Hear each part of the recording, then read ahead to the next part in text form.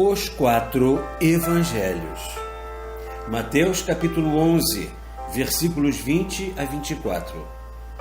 Lucas capítulo 10, versículos 13 a 15. Cidades impenitentes. Mateus. Começou ele então a exprobar as cidades onde realizara tantos milagres, por não terem feito penitência. Ai de ti, Corozaim, ai de ti, Betsaida, pois que, se os prodígios operados dentro de vós o tivessem sido em Tiro e em Sidom, elas teriam feito penitência em cilícios e em cinza.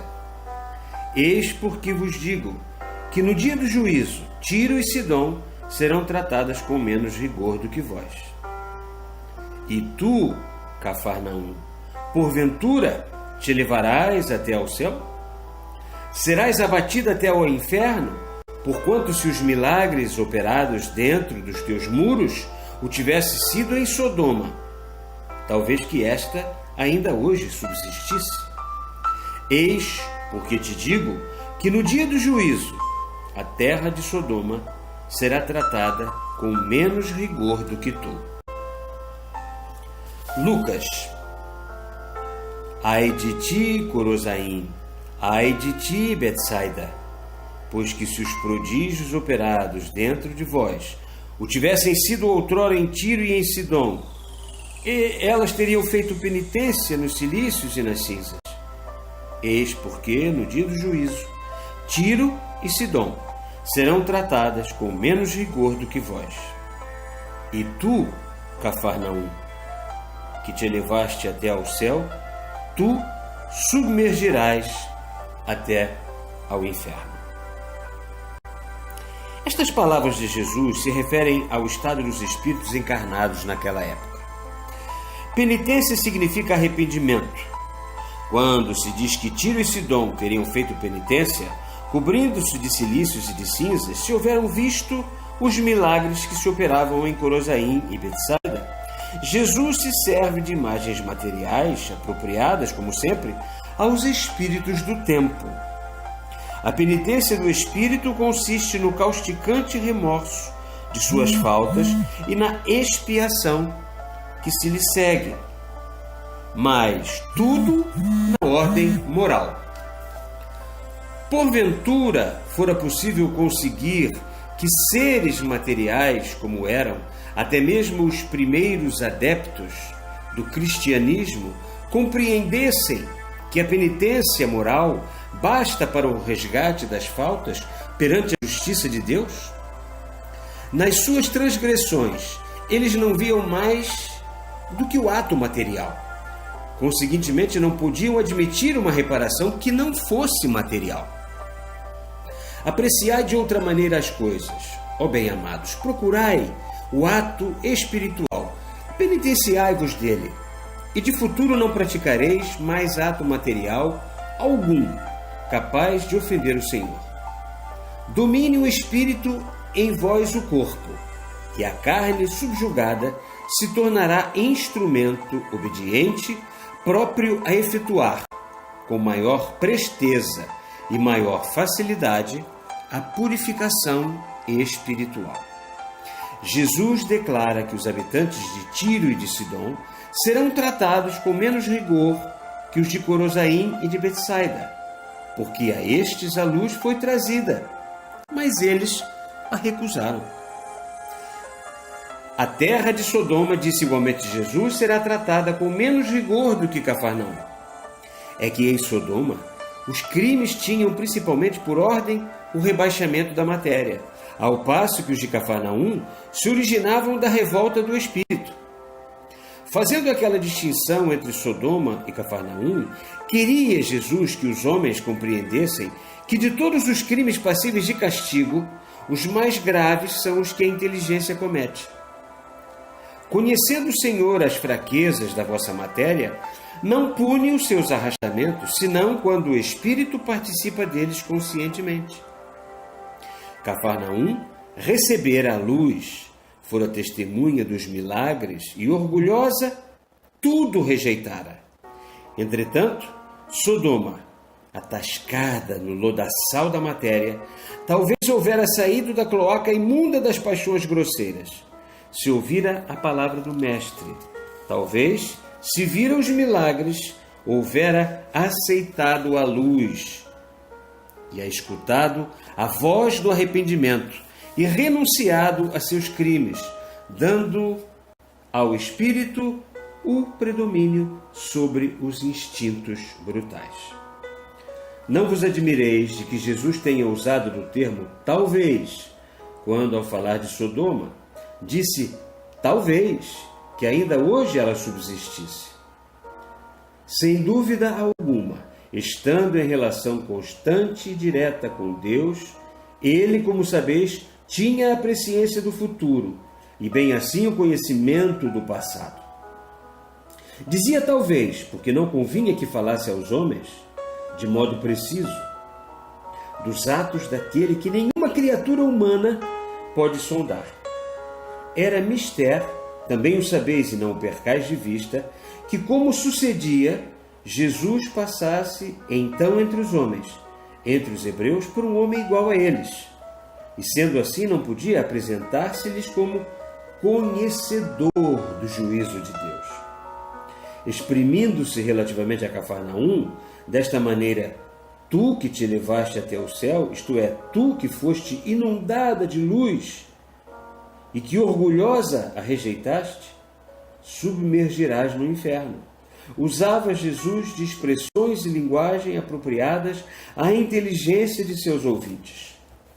Por inferno designava veladamente as penas que os espíritos culpados sofrem. Primeiro, na erraticidade, e depois, reencarnando na terra ou em mundos inferiores de provações e de expiação.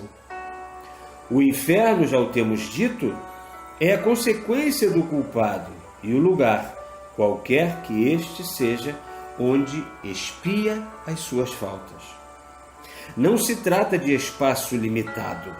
O lugar, seja qual for, que o espírito sofredor ocupe quando na erraticidade, é bem o que ainda chamais, e Jesus alegoricamente chamava inferno, pois que em tal lugar o espírito se acha presa de contínuas torturas.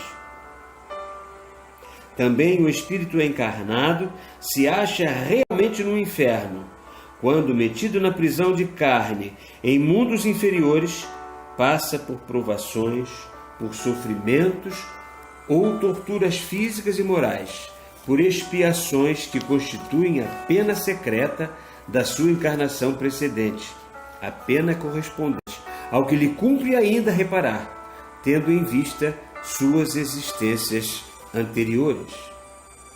Jesus disse no dia do juízo, falando dos habitantes de Tiro e de Sidom, de Corazaim, de Betsaida, de Cafarnaum e de Sodoma. Foi uma figura, uma comparação de que se serviu o Mestre.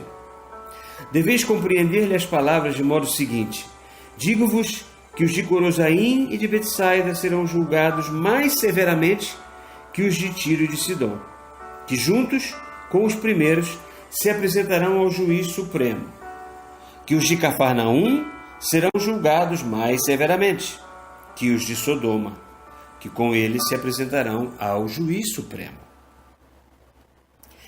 Tende sempre em conta o estilo figurado de que usava Jesus, forçado pelas necessidades da época, pelos preconceitos respeitados pelo estado das inteligências, pela conveniência de velar a verdade, até que chegassem os vossos dias em que o Espírito, mediante o advento da nova revelação, seria despojado da letra, a fim de preparar os homens para se tornarem adoradores do Pai em espírito e em verdade. As palavras no dia do juízo não tinham no pensamento então velado de Jesus a significação de um juízo final, a que sejam chamados, como diz a Igreja, todos os que morreram desde a origem dos tempos. Não. Os habitantes de Tiro e de Sidom, de Corozaim, de Betsaida, de Cafarnaum e de Sodoma, bem como todos os espíritos culpados que hão vivido na terra desde que o homem aí apareceu, passaram depois da morte ao cabo da existência, de cada existência, pelo julgamento, isto é, pela expiação na erraticidade e em seguida pela reencarnação. Dentre os espíritos culpados das diversas cidades de que falava Jesus, alguns já terminaram suas provações expiatórias, outros progrediram muito. Poucos chegaram à época da renovação do vosso planeta sem terem logrado a satisfação de seus desejos. Não haverá, repetimos, juízo final, como o diz a Igreja. O que de fato se dará é que nos últimos dias da era material, da humanidade terrena, os que se conservarem rebeldes serão degradados para mundos inferiores. Só os que tiverem chegado ao grau de aperfeiçoamento que devem atingir poderão permanecer na Terra, para aí continuarem a avançar na senda do progresso. Não é essa, porém, a ideia que, influenciados pelas falsas interpretações próprias do reinado da letra, os homens fazem do juízo final.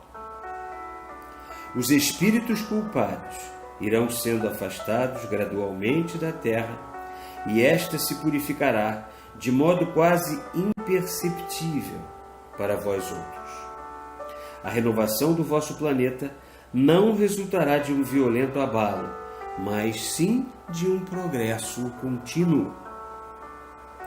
Atualmente ainda estáis numa era material, mas que vos achais ainda sob o império da matéria e as coisas no vosso planeta estão dispostas por maneira a que este preencha as condições necessárias à vossa existência. Mas tempos virão em que a Terra progredirá do mesmo passo que os vossos corpos e se elevará como essência, purificando-se, eterizando-se. Quanto mais crescer em vós o domínio do Espírito, tanto mais diminuirão as necessidades materiais. E entre os homens de então e os de agora, mais sensível será a diferença material do que a que existe entre os de hoje e os primeiros habitantes do vosso globo. Na época da matéria, vida e órgãos materiais. Na do espírito, a espiritualidade. O vosso planeta está destinado, como todos os que gravitam na imensidade, a percorrer a via do progresso, até ao dia em que a transformação se complete e em que quais homens, despojados da matéria, vivereis espiritual e fluidicamente num mundo fluídico. A época da renovação da Terra será aquela em que os espíritos ainda rebeldes, ao voltarem para o mundo dos espíritos, começarão a ser afastados dela e mandados para mundos inferiores. Nessa época, as calamidades, ou seja, o que chamais calamidades públicas, abrirão grandes claros nas fileiras humanas, a fim de que estas se renovem mais depressa.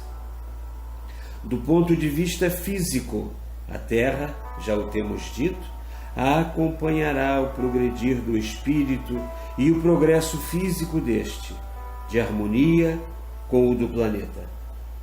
Será consequência do seu progresso moral e intelectual.